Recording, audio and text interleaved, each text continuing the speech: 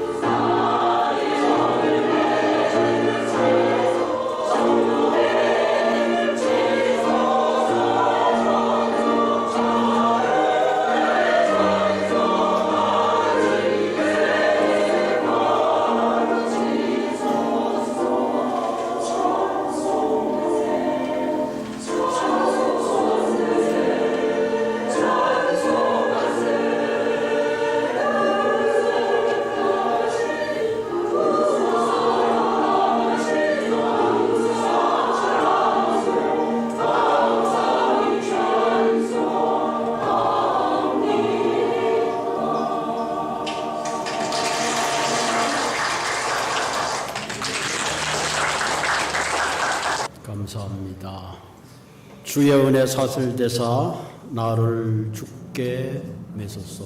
오늘도 주님의 말을 숨는 사랑이 오늘 우리와 함께 하시는 줄로 믿습니다. 오늘 설교 제목이 계속해서 신령한 삶을 추구하라. 신령한 삶은 어떤 삶일까요? 우리가 생각할 때 이 신령한 삶은 뭔가 신비롭고 뭔가 세상 사람과 다른 특별한 것이라고 생각하죠. 심지어 어떤 사람은 먹지도 않고 자지도 않고 기도만 하고 말씀만 보는 사람, 이런 사람이 신령한 사람이 아닌가 생각하기도 합니다.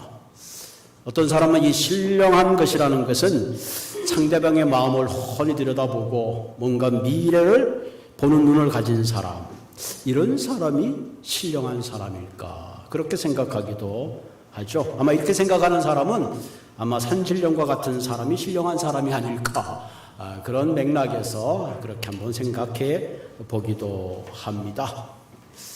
오늘날 저와 여러분들 또 많은 크리스찬들은 이 신령한 신앙생활을 원하는 분들이 있습니다.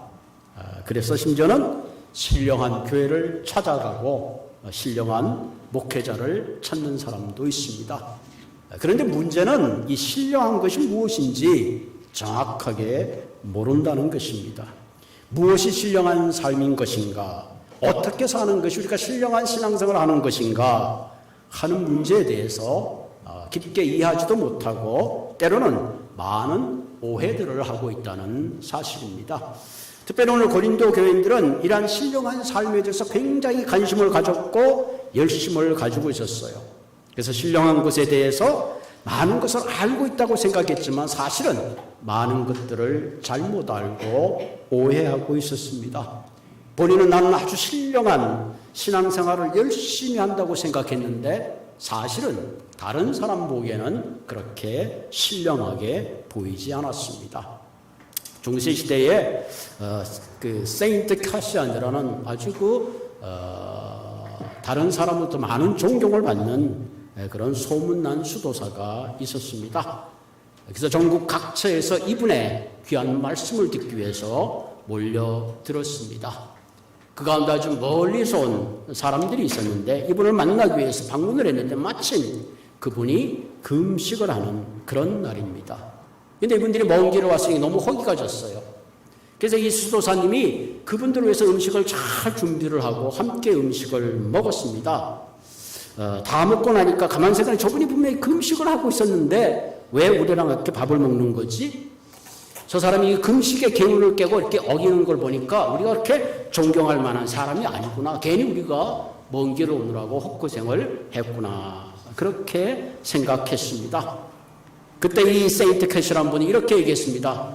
당신들이 이 먼 곳을 와서 나를 보기 위해서 말씀을 듣기 위해서 왔는데 당신들이 한번 떠나가면 나는 다시금 당신들을 만날 수가 없습니다. 금식은 언제든지 할 수 있지만 당신들이 떠나고 나면 나는 당신들을 만날 수 없습니다. 그러면서 이렇게 말했어요.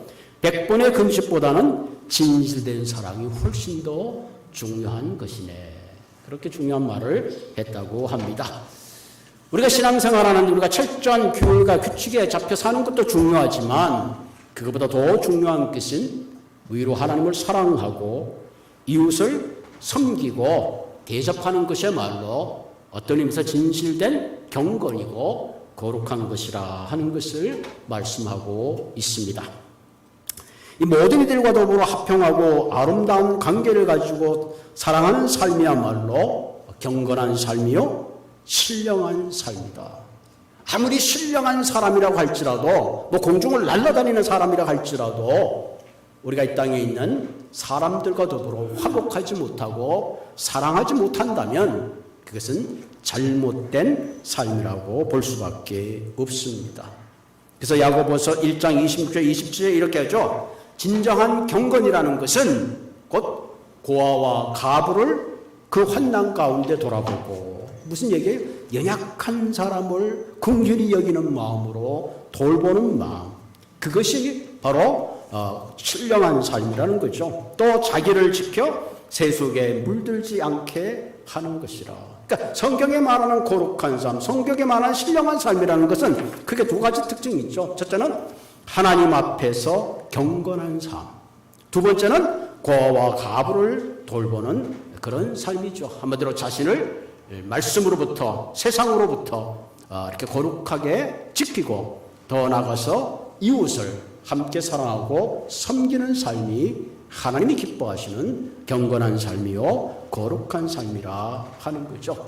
근데 오늘 본문에 나와 있는 고린도 교인들은 신령한 것을 추구했는데 그 신령한 것은 하나님의 거룩한 관계라기보다 이웃과 사랑의 관계라기보다는 뭔가 내게 주어지는 하나님의 신령한 은사, 그것이 그들에게 가장 중요한 기준이 되었다는 거죠. 그래서 바울은 이것을 지적하며 내가 너희들이 신령한 것에 대한 오해를 바로잡기를 원한다고 오늘 본문에 시작하고 있습니다. 우리가 1970년대 한참 80년대 한국의 부흥의 역사가 있었죠. 여기저기 막 산기도가 있었고 많은 신유의 은사들이 나타났습니다. 심지어 어떤 교인들은 이산저산을 쫓아다니면서 가정을 돌보지 않고 뭔가 신비로운 체험에 사로잡혀서 다녔던 그런 모습도 있었습니다. 우리가 신앙생활하는데 가장 중요한 것은 균형 잡힌 영성이 필요합니다.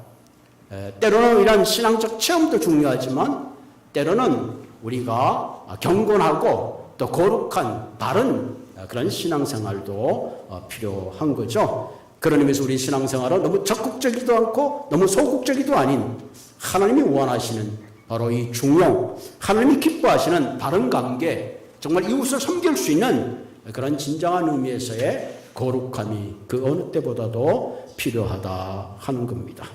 그런 의미에서 우리가 건강한 영성을 가지고 신앙생활을 하려면 어떻게 해야 되는가? 하나님이 원하시는 정말로 신령한 신앙생활에는 어떤 것인가? 오늘 본문을 통해서 여러분들과 함께 정리해 보고자 합니다. 지금 바울은 지나친 신령한 것에 집착하고 있는 고린도 교인들에게 그들이 오해하고 있는 신령한 것에 대한 교훈을 하고 있습니다. 1절에 이렇게 합니다. 형제들아, 신령한 것에 대해서 나는 너희가 알지 못하기를 원하노라. 이렇게 한국말이 좀 어려운 것 같아요. 형제들, 나는 여러분이 신령한 은사에 대해서 모르기를 원치 않는다. 이 신령한 것이 무엇인지 잘 이해하기를 원한다 하는 거죠. 여기서 신령한 것이라는 것은 성령의 은사를 말하는 것입니다. 그래서 이들은 신령한 것에 대해서 너무 성령의 은사는 하나님이 주시는 그 은혜의 선물에도 불구하고 이것을 너무 신봉한 나머지 신령한 것을 모든 은사로 생각하는 잘못된 생각을 했던 것입니다. 실제로 고린도 교회는 많은 영적 은사들이 나타났어요. 심지어는 예언의 은사를 하는 사람도 있고 방언의 은사도 하는 사람이 있었습니다. 심지어는 공식적으로 오늘도 우리 장로님이 기도했습니다. 기도 순서가 되면 나와가지고 그냥 방언으로 기도를 하는 그런 어처구니 없는 일이 공식적인 예배에서 나타났습니다. 심지어 어떤 사람이 예언을 하면 다른 사람이 예언을 하서 막 일어나서 예언을 하는 한마디로 공적 예배의 질서가 무너지는 그런 경우가 생겼어요. 심지어는 어떤 은사를 가지고 있느냐에 따라 그 은사에 따라 네 은사가 더 중요하다, 내 은사가 더 중요하다 서로 차등이 생기기도 했고 그 은사를 따라서 계급을 매기기도 했습니다. 여러분, 성경에 나온 이 은사라는 것은 스피리추얼 기프트라는 것은 전적으로 교회를 돕고 또 공동체를 세우기 위한 것입니다. 근데 이것을 자랑하고 오히려 이것을 교회의 질서를 어지럽히는 데 사용했던 것입니다.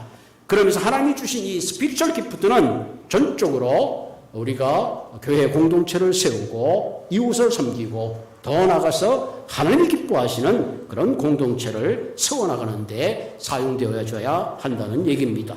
오늘 본문을 통해서 우리에게 주어진 은사로서의 공동체를 세워가는 세 가지 특징을 세워보고 우리 자신이 신앙생활하면서 어떻게 하면 정말로 하나님이 기뻐하시는 신앙생활을 할 수 있을까 한 세 가지를 생각해 보고자 합니다. 첫째로 중요한 것이 진정한 변화를 추구하라. 오늘 설교 제목이 신령한 것을 추구하라는 말을 우리가 좀 더 쉽게 말하면 예수 안에서 진정한 변화의 삶을 추구하라. 한마디로 내 안에서의 삶의 중심이 변하고 삶의 방향이 바뀌어야 된다 하는 것을 말씀하고 있습니다. 본문 2절에 보면 너희가 알거니와 너희가 이방인으로 있을 때에 말 못하는 우상에게 끄는 그대로 끌려갔다. 저기서 말 과거의 모습을 소개하고 있죠. 너희들이 예수를 알지 못할 때는 한마디로 우상을 섬기고 세상이 원하는 대로 끌려다녔다. 그런 대로 끌려다녔다는 이 말은 과거에도 그렇고 지금도 그렇고 현재도 지금 너희들은 잘못된 방향으로 옛날에 우상을 섬기던 그 모습 그대로 너희들이 방향으로 끌려가고 있다. 바울은 이렇게 지적하고 있습니다. 그래서 3절에 보면 이렇게 말하죠. 그러므로 내가 너희에게 알려느니 하나님의 영으로 말하는 자는 누구든지 예수를 저주할 자라 하지 아니하고 성령으로 아니하고는 누구든지 예수를 주시라 시인할 수 없다 하는 것. 다시 말하면 하나님의 영으로 거듭난 자는 예수님을 절대로 저주할다라고 얘기하지 않는다 하는 거죠. 그 당시에 예수를 저주받은 자라고 치부했던 사람들이 유대인이고 바리새인들이었어요. 그럼 왜 그들이 예수를 저주받을 자라고 했느냐? 구약 신명기 21장에 보면 나무에 달린 자는 하나님께 저주받은 것이라고 기록되어 있습니다. 그래서 예수님이 나무에 달려 돌아가셨기 때문에 예수님은 저주받은 자로 그들은 생각했습니다. 왜? 하나님의 영으로 깨닫지 못하고 인간의 눈으로 그를 한 인간으로 보았기 때문에 그렇게밖에 생각할 수밖에 없었습니다. 그래서 오늘 성경에 보면 성령으로 거듭난 자는 반드시 예수를 주라고 고백한다. 반대로 성령의 조명하심을 받은 사람은 예수를 한 인간으로 생각하는 것이 아니라 그분이 온 인류를 위하여 돌아가신 십자가에 죽으신 나의 주님으로 고백하게 된다 하는 겁니다. 우리가 교회에서 혹은 기도 시간에 예수님을 나의 주님이라는 이런 고백은 사실은 내 입술로 하는 고백이지만 성령이 내 안에서 그것을 깨닫게 했기 때문에 예수님을 나의 주님이라고 고백하는 겁니다. 만약에 예수님을 여전히 4대 성인의 한 사람으로 치부하고 있다면 아직도 그분은 여전히 예수님을 한 인간으로 생각하고 있는 겁니다. 바울도 예수님을 한 인간으로 생각하고 저주받은 자로 생각했을 때 예수 믿는 자를 핍박했어요. 그러나 부활하신 예수님을 만나는 순간에 성령의 조명하심을 받는 순간에 그분은 바로 저주할 자가 아니고 내가 일생 동안 내 삶을 맡겨야 되는 책임질 수 있는 그런 주님인 걸로 알고 일생 동안 그분을 주님으로 섬겼음을 우리가 보게 됩니다. 우리가 성령님을 통해서 예수 그리스도를 주님으로 고백하게 될 때에 우리에게 찾아오는 가장 큰 특징은 두 가지가 있는데, 첫째는 나는 더 이상 진노의 자녀가 아니다. 단순히 진노의 자녀가 아닌 하나님의 자녀 되었다 하는 거죠. 뿐만 아니라 우리는 죽어서 사망의 자리에 가는 것이 아니라 심판의 자리에 가는 것이 아니라 하나님께서 준비하신 영원한 천국의 자리로 인도함을 받는다는 사실입니다. 이거 엄청난 축복이죠. 두 번째 중요한 것은 이제는 더 이상 내가 내 삶의 주인이 아닌 예수님이 나의 주인으로 섬겨야 된다는 사실입니다. 우리는 예수님을 주님으로 거듭하고 거듭났음을 경험하는데도 여전히 내가 내 삶의 주도권을 살고 가지고 있다면 우리는 천국을 맛보는 삶이 아니라 여전히 우상을 넘기는 욕심에 이끌려 사는 삶을 살 수밖에 없다. 그렇게 경고하고 있습니다. 마치 이 삶을 운전에 비유한다면 우리가 운전대를 잡고 예수님은 뒷좌석에 앉으라 그래 놓고 내 마음대로 좌측으로 우측으로 밟았다 놨다 내 마음대로 하는 삶을 말하는 것입니다. 그러나 진정 주님이 내 주인됨을 고백하는 사람은 주님께 내 삶의 운전대를 맡겨드리고 주님이 원하시는 방향대로 내가 그 방향을 따라 살아가는 삶, 그것이 오늘 성경에서 말하는 신령한 삶이요 진정으로 성령으로 변화된 사람들의 모습이라 하는 것입니다. 아프리카에 사는 식인종이 특별히 부모님의 학구적인 열심이 있어가지고 영국의 신문학을 받은 교육을 받았다고 합니다. 4년이라는 긴 세월 동안 이 추장의 아들이 영국에서 신학문을 배우고 드디어 돌아왔습니다. 그래서 식인종 아버지의 대를 해서 추장이 되었습니다. 몇 년의 세월이 흘러서 어떤 선교사님이 그 정글에 선교를 하다가 그만 식인종에 붙잡혔습니다. 아, 이 선교사는 이제 죽었구나. 오늘이 제삿날이구나. 모든 영광을 하나님께 돌려야지. 그러고 있는데 막상 추장을 보니까 영국에서 봤던 함께 공부하던 학우였습니다. 야, 이제 살았구나. 설마 쟤는 나를 안 잡아먹겠지. 너 나 모르냐? 학교에서 같이 공부하지 않았냐? 뭔가 크게 이제 달라졌고 이제 사람을 안 잡아먹겠지. 그랬더니 추장이 말하기, 그럼 엄청 변했지. 과거에는 그냥 잡아먹었는데 이제는 식기도를 하고 잡아먹는다. 그렇게 얘기를 했다고 합니다. 여러분, 식기도를 하고 잡아보거나 기도를 안 하고 잡아보거나 뭐가 큰 차이가 있겠어요? 조그만 수정에 불과한 거죠. 물론 이것은 좋게 불과하지만 어쩌면 우리의 삶이, 그리스도의 삶이 어떤 이런 족구적인 삶을 산다는 거예요. 뭔가 변화됐다 그런데 변화되지 않고 약간의 수정 정도로 우리가 살고 있다면 우리 이 시간에 다시 한번 우리 자신의 모습을 들여다볼 필요가 있는 거죠. 여러분, 고린도후서 5장 17절 너무나 잘 그런즉 누구든지 그리스도에 있으면 새로운 피조물이라. 이 새로운 피조물이라는 것은 새로운 뉴 크리에이션이 됐다는 거죠. 이전 것은 지나갔으니 보라 새 것이 되었도다. 새 것이 되었음에도 불구하고 여전히 옛날 욕망에 사로잡혀 있다면 그것은 변화된 삶이 아니라 약간의 수정된 삶에 불과하다 하는 것입니다. 그런 의미에서 진정한 변화는 내 삶의 영적 변화가 필요합니다. 그 얘기는 삶의 변화로 이루어져야 하는 것입니다. 이처럼 주님이 내 삶의 주인이 될 때 우리가 주님이 기뻐하시는 삶을 살게 되고 개인도 복이 되고 또 주위에 있는 많은 사람들을 만날 때마다 진정된 복된 삶을 살게 된다는 사실입니다. 그러므로 먼저 하나님을 존귀 여기시고 내 삶의 주인을 주님께 맡기고 이웃을 내 몸과 같이 사랑하는 것이 바로 신령한 삶의 가장 first step이다 하는 거죠. 두 번째 우리에게 필요한 것은 뭐냐면은 연합을 추구하는 삶, 하나 되는 삶입니다.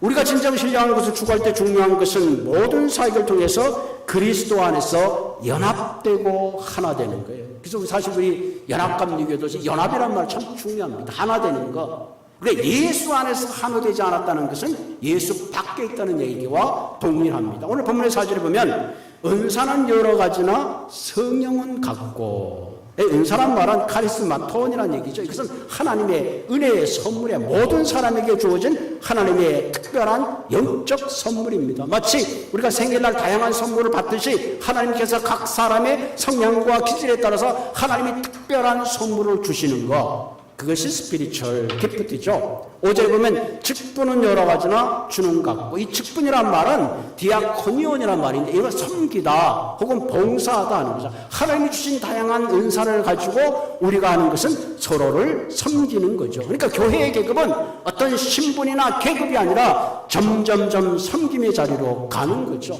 집사 때 혹은 권사 때 장로 때 혹은 목사 때 점점 내가 섬겨야 할 대상이 많아진다 하는 의미를 가지고 있는 거죠. 6절에 보면 뭐라고 했어요? 또 사역은 여러 가지나 모든 것을 모든 사람 가운데서 이루시는 하나님은 같으니. 그렇죠? 이 사역이란 말은 에네르게마톤이란 말인데 이것은 활동하다, 일하다 이 말인데 무슨 말이냐? 특별히 하나님 안에서 활동하고 일하는 거. 우리가 그러니까 역사한다는 거죠. 그러니까 하나님 우리에게 스피리추얼 기프트를 주시고 직분을 주시고 사역을 하게 하는데 그 모든 사역의 중심은 내가 하는 것이 아니라 하나님께서 내 안에서 활동하고 일하시는 것, 이것이 사역입니다. 만약에 하나님이 내 안에서 일하고 사역하시는데 하나님이 내 안에서 일하고 사역하시는 게 아니라 내가 역사하시게 되면 뭐가 남아요? 결국은 나라는 존재가 남게 되는 거죠.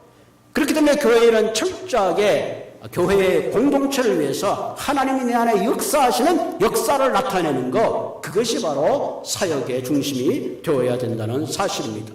본문 4절을 잘 보면 은사는 여러 가지나 성령은 같고 지금은 여러 가지나 주는 같으며 사역은 여러 가지나 하나님은 같으니. 주님, 예수님, 성령님 삼위일체가 사실 한꺼번에 나타나는 거죠.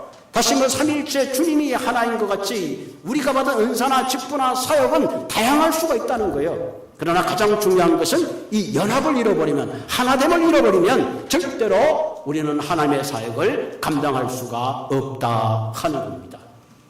심지어 어떤 분들이 이런 얘기해요. 교회가 자꾸 나눠져서 이 교회가 생기고 부흥하는 거 하나님의 뜻이다. 절대로 그런 거 아니에요. 왜? 인간이 잘못된 겁니다. 우리가 철저하게 사역을 할 때 교회는 어떤 일이 있든지 절대로 나누어지는 것이 아니라 하나 되는 것이 하나님이 기뻐하는 사역이다 하는 겁니다. 여러분, 세상의 일에 어떤 이력서를 받든 그 사람의 레주메나 혹은 스펙이나 그 사람이 어떤 특별한 경력을 위해서 하여하지만 교회에서 사역은 개인이 가지고 있는 경력이 아니라 하나님이 주신 스피리추얼 은사에 따라서 어떤 직분을 감당하고 더 나아가서 그 직분을 통해서 하나님이 일하시게 하심으로 교회의 공동체를 아름답게 이루어 나간다는 사실입니다.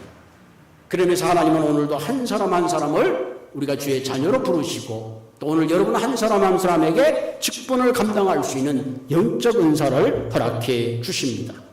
그렇기 때문에 우리가 예수를 믿는 그 순간부터 내가 아무것도 하지 않으면 가장 편할 것 같지만 사실 우리의 신앙이 자라지 않습니다.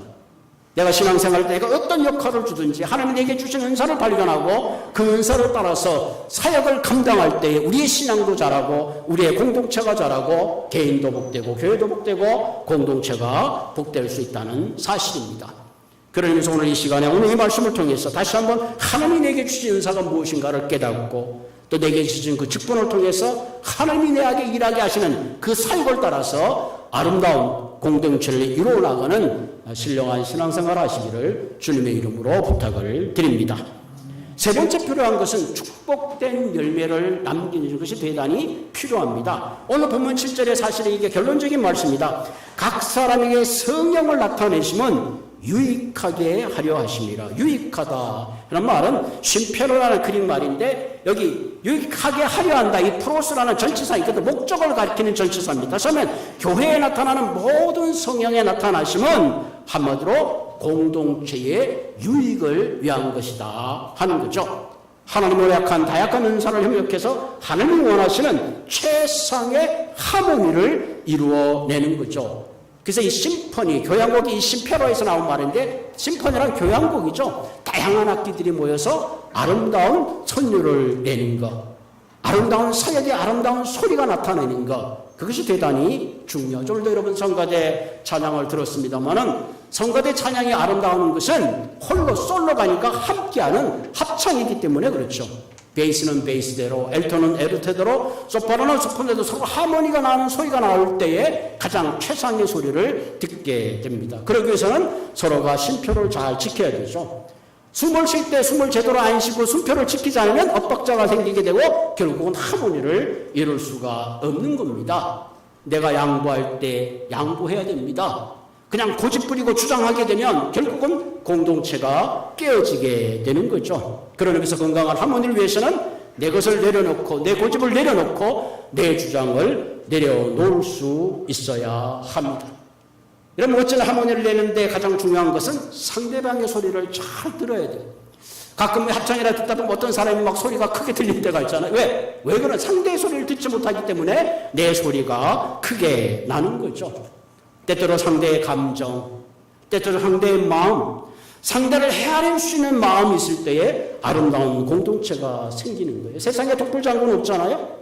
그러므로 진정한 조화로운 삶이라는 것은 상대의 필요, 상대의 감정, 상대의 그 어떤 눈짓에 예민할 수 있는 삶, 그런 삶이 진정 조화로운 삶을 이루고 갈 수가 있습니다. 그러면서 진정한 하모니를 위해서는 조화로운 삶을 이루어야 되는데 이 조화로운 삶은 전 이렇게 해야 돼요. 서로의 부족함을 채워가는 삶이 조화로운 삶이다. 상대의 부족한 걸 보고 그 부족한 걸 지적하기보다는 그 부족함을 나로 하여금 채우게 하기 위해서 나로 하여금 보이게 했다. 이렇게 생각하는 사람이 진정 성숙한 삶이다 하는 거죠. 그 어떤 분이 이런 얘기했어. 결혼이라는 것은 이상적인 상대를 찾는 것이 아니라 내가 바로 그 상대의 이상적인 사람이 되어주는 것이다 하는 겁니다. 할렐루야. 세상에 완벽한 사람은 없어요. 다 부족합니다. 그렇기 때문에 우리는 완벽한 삶을 추구하는 것은 서로 부족한 삶을 채워주는 그런 삶을 살아야 하는 것입니다. 그래서 우리는 최상의 하모니를 위해서 서로의 주장을 내려놓을 뿐만 아니라 서로를 경청하고 부족함을 채울 때에 하나님이 기뻐하시는 진정 아름다운 삶을 살게 되는 것입니다. 결론적으로 말하면 하나님이 가장 기뻐하는 열매는 과연 무엇일까? 성령께서 남기는 가장 유익한 것이란 무엇일까? 결국 은사를 가지고 직분을 가지고 하나님의 사역하는 가장 궁극적인 목적은 사실은 잃어버린 한 영혼을 구원하는 것입니다. 그것을 위해서 예수님께서는 십자가에서 돌아가셨습니다. 우리가 변화의 삶, 연합의 삶, 사명의 삶을 추구하는 가장 중요한 이유도 한 영혼을 품고 그리스도의 심정으로 그들이 이 땅에서 영원한 천국의 백성이 될 수 있도록 해야 된다는 사실입니다. 여러분, 어머니가 어떤 경우에도 자녀의 손을 놓지 않는 것처럼 하나님은 오늘도 2000년 전서부터 우리의 손을 놓지 않고 잡고 계십니다. 예수 그리스도의 뜨거운 심장을 생각하면서 오늘도 우리가 무슨 일을 하든지 어떤 곳에 있든 어떤 신뢰한 것을 추구하든지 진정 한 영혼을 그리스도께로 돌아오게 하는 영혼을 구하는 그 모든 일에 우리의 사명을 다하시는 저와 여러분들이 되기를 주님의 이름으로 부탁을 드립니다. 같이 기도하겠습니다. 살아계신 하나님, 오늘 귀한 말씀을 통해서 진정 거룩함이, 진정 신령한 것이, 진정 경건한 것이 무엇인지 깨달았습니다. 하나님, 이제 우리가 깨달은 것을 그냥 듣기 좋은 말로 이해하는 것이 아니라 이제부터는 매 순간 매 순간 주님 앞서지 않게 하여 주시고 성령님께서 내게 원하시는, 성령님께서 내게 허락하신 은사를 따라 분을 감당하게 하여 주시고 하나님이 기뻐하시는 순종하는 삶을 통해서 진정 신령한 것들을 만들어내는 우리 모두가 되게 하여 주옵소서. 오늘도 하나님 우리의 손을 놓지 아니하시고 오늘도 우리를 통해서 이 땅에 하나님 나라를 건설하기 원하시는 하나님, 우리 한 사람 한 사람 주님 앞에 헌신된 사역을 하게 하여 주시고 이 아름다운 공동체를 통해서 이 지역사회에 많은 영혼들이 그리스도 안에 돌아오는 귀한 사역을 잘 감당할 수 있도록 주님 함께하여 주시옵소서. 이 모든 일들이 나의 결심만으로는 부족합니다. 성령께서 매 순간 매 순간 우리를 붙잡아 주시고 함께하여 주시옵소서.